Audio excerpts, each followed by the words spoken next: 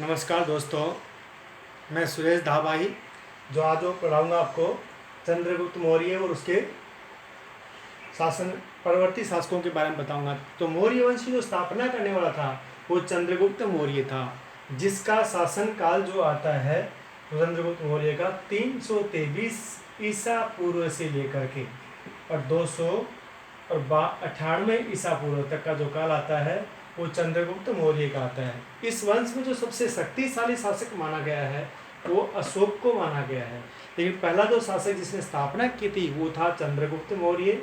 उसके बाद बिंदुसार, फिर अशोक, अशोक के बाद कुणाल बना, कुणाल के बाद में दशरथ और संप्रति बने थे, जिनके शासन काल में यानी जो राज्य का विघटन शुरू हो गया था। यानी एक जैन धर्म को मानने वाला था, दूसरा बौद्ध धर्म को मानने वाला था। इस वंश का जो अंतिम शासक था वो बृहदर्थ था, और जिसकी जो हत्या करने वाले थे यानी पुष्यमित्र शुंग था।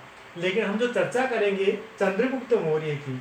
अब चंद्रगुप्त मौर्य का जो काल आता है वो आता है 323 ईसा पूर्व से लेकर के 298 ईसा पूर्व। लेकिन यहाँ पर ध्यान रखना है कि वो जिया था वो 295 ईसा पूर्व तक जिंदा रहा था, लेकिन 3 साल पहले ही अकाल पड़ा था, तो उसने राजपाट छोड़ दिया था और बिंदुसार को राजकाट समझा दिया था। लेकिन इस वंश की जो सूचना मिलती है हमें अर्थशास्त्र से मिलती है, मुद्रा राक्षस से मिलती है, और जो दूसरी बुक्स आती है विशाख दत्त का जो मुद्रा राक्षस है उससे मिलती है। लेकिन विशाख दत्त उसके बाद में सोमदेव का जो कथा सरित सागर है उसमें भी इस वंश की सूचना मिलती है। क्षेमेंद्र का जो व्रत कथा मंजरी है उससे भी हमें सूचना मिलती है। तो ये बुक्स के नाम है जहाँ से हमें मौर्य वंश के बारे में मिलती है, और पतंजलि का जो महाभाष्य है उनसे भी इन वंश के बारे में सूचना मिलती है। अब चंद्रगुप्त जो है इसको वर्षल माना गया है, और यहाँ पर ये मौर्य जो पीपली वन के मौर्य के नाम से भी इनको जाना गया है। यानी कश्मीर और आसपास का जो क्षेत्र है वहाँ पर एक पीपली वन गांव था, और उसके निवासी कौन था? चंद्रगुप्त मौर्य था। और चंद्रगुप्त मौर्य को जो शासक बनाने वाला था वो था चाणक्य। और चाणक्य की जब बात आती है तो चाणक्य के जो नाम मिलते हैं विष्णुगुप्त मिलता है, और दूसरे नाम कौटिल्य मिलता है, और चाणक्य तीसरा नाम मिलता है। तो विष्णुगुप्त इसका प्रधानमंत्री था, और उसने अर्थशास्त्र नामक पुस्तक लिखी थी। तो आपसे पूछा जा सकता है कि चंद्रगुप्त के अर्थशास्त्र जो लिखने वाला था वो कौन था? तो आपको आंसर देना है चाणक्य ने लिखी थी। और अर्थशास्त्र में उसने सप्तांक सिद्धांत का प्रतिपादन किया था। तो आपसे पूछा जा सकता है कि सप्तांक सिद्धांत किसने दिया था? तो आपको आंसर देना है चाणक्य ने दिया था, अर्थशास्त्र में दिया था। अर्थशास्त्र का जो विषय है वो पॉलिटी है, the subject of economics of Chanakya was not economy but politics. अब यहाँ पर बात आती है चंद्रगुप्त के संबंधी के बारे में। तो चंद्रगुप्त को जो मौर्य है इसको शूद्र, बौद्ध, जैन सभी नाम दिए गए हैं। तो यहाँ पर बात है कि यहाँ पर कंधार और अराकोसिया के जो निवासी है वो भी यहाँ पर आते थे, और इसके दरबार में यानी जो आने वाला था वो मेगस्थनीज था, जो कि पिछले मैंने वीडियो में बताया था कि मेगस्थनीज जो सेलूकस का राजदूत बन के आया था, और 305 ईसा पूर्व में सेलूकस ने आक्रमण किया था, और दोनों के मध्य युद्ध हुआ। फलस्वरूप चंद्रगुप्त की विजय हुई, और चंद्रगुप्त ने 500 हाथी सेल्यूकस को भेंट में दिए थे। लेकिन सेल्यूकस ने अपनी पुत्री का विवाह जो किया था वो चंद्रगुप्त के साथ किया था। तो आपसे पूछा जा सकता है कि सेल्यूकस की पुत्री का नाम क्या था? हेलेना। अब यहाँ पर जो यूनानी राजदूत आए थे उन्होंने भी लिखा, जिसमें नाम आता है जस्टिन, स्ट्रेबो, और इन लोगों ने जो कहा है एंड्रोकोर्स और सेंड्रोकोर्स के नाम से पुकारा है।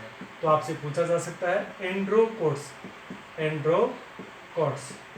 और सेंड्रोकोर्स के नाम से किसको जाना जाता है? सेंड्रोकोर्स। तो ये जो नाम आएगा वो चंद्रगुप्त मौर्य का आएगा। तो यहाँ पर क्वेश्चन ये बनता है कि यूनानी लेखकों ने एंड्रोकोर्स और सेंड्रोकोर्स के नाम से किस भारतीय शासक को जाना है? तो आपको आंसर देना है कि ही वाज चंद्रगुप्त मौर्य।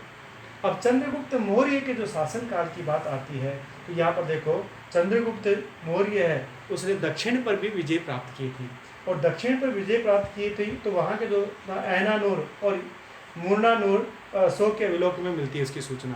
कौन से अभिलेखों से मिलती है? ऐना नूर और मूर्ना नूर नामक जो अशोक के अभिलेख है उनसे सूचना मिलती है कि चंद्रगुप्त ने दक्षिण भारत पर भी आक्रमण किया था। और चंद्रगुप्त के समय 12 वर्ष का अकाल पड़ा था और इस कारण से यानी कुछ लोग जो है चंद्रगुप्त और भद्रबाहु के साथ दक्षिण भारत में चले गए थे, क्योंकि चंद्रगुप्त ने जैन धर्म स्वीकार किया था। और यहाँ पर 2 थेर जैन थेरों के नाम आएंगे, एक तो आता है भद्रबाहु और दूसरा आता है स्थूल बाहु या भद्र के नाम से जाना गया है। यहाँ पर जो भद्रबाहु है वो दिगंबर संप्रदाय का था और श्वेतांबर संप्रदाय का जो स्थापना करने वाला है वो स्थूलभद्र है, क्योंकि स्थूलभद्र के यूनियन ने ये कहा था कि हम तो यहीं रहेंगे और जनता से जो मिलेगा उसको ग्रहण करेंगे और खाएंगे, जबकि भद्रबाहु ने कहा कि हम जनता से जो महावीर स्वामी के जो मूल तत्व है उनको साथ लेकर जो चलने वाला था वो कौन था? भद्रबाहु था। और इसने एक पुस्तक लिखी थी जिसका नाम है कल्पसूत्र। तो आपसे पूछा जा सकता है कि कल्पसूत्र का जो लेखक है वो कौन है? और यहाँ पर जो है चंद्रगुप्त ने जैन धर्म स्वीकार किया था और दक्षिणी भारत जाकर के स्वर्णबेलगोला में रहने लग गया था। तो आपसे पूछा जा सकता है कि स्वर्णबेलगोला की पहाड़ियाँ कहाँ स्थित है?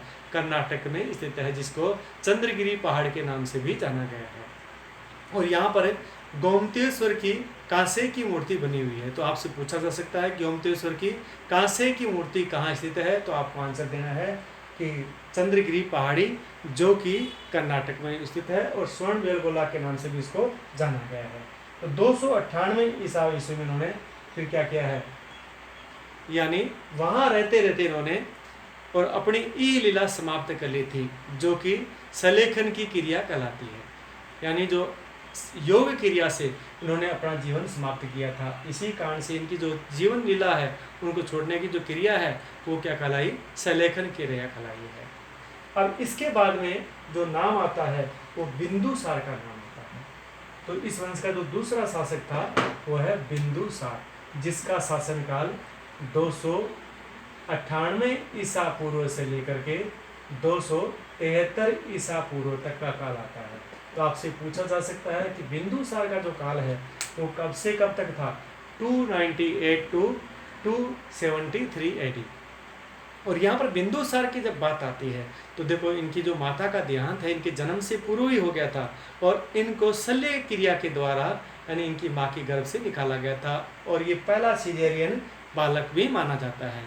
तो आपसे पूछा जा सकता है कि भारत का पहला सिजेरियन बालक किसको माना गया है? तो आंसर देना है बिंदुसार। और क्योंकि इनकी माता ने जहर खा लिया था और जहर की एक बूंद इनके मस्तिष्क पर यहाँ रह गई थी, कहा यह जाता है। तो उसी कारण से इनके माथे पर एक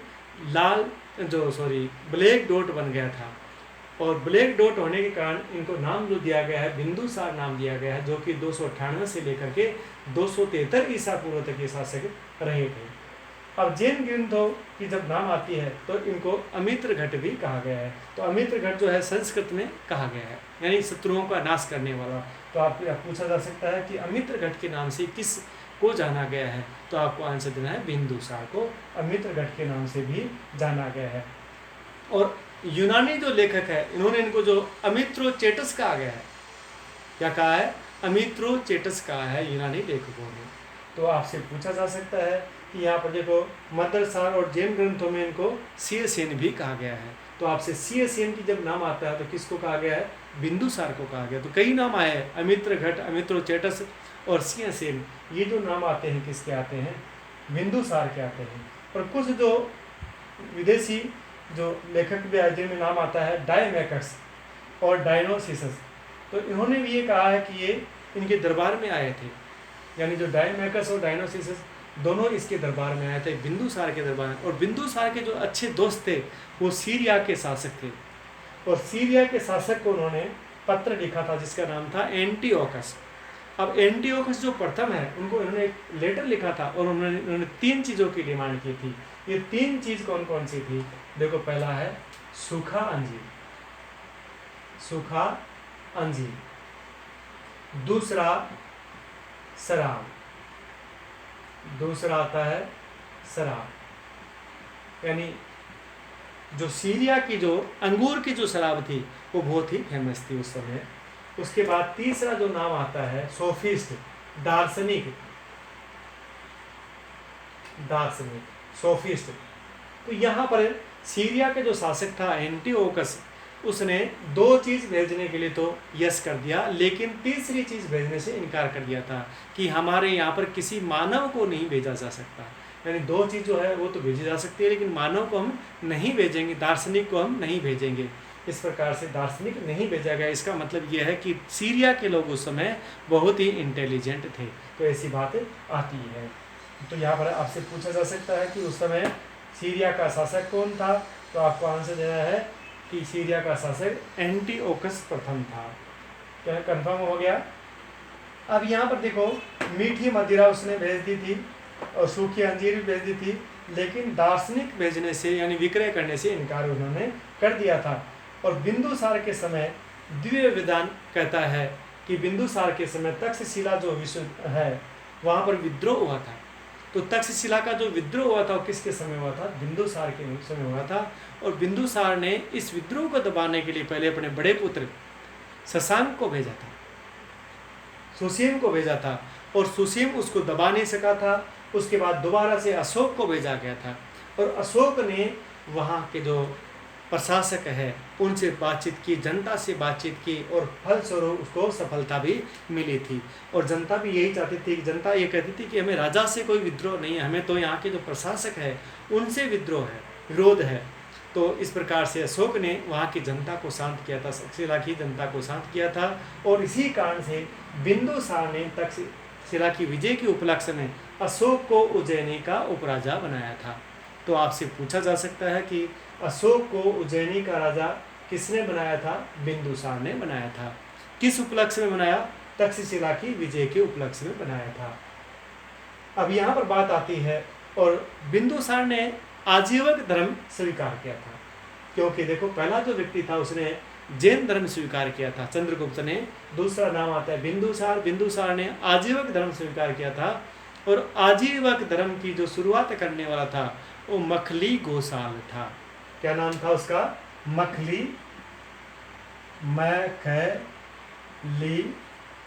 घोसाल। यहाँ पर आधा क भी आएगा बीच में, मखली घोसाल।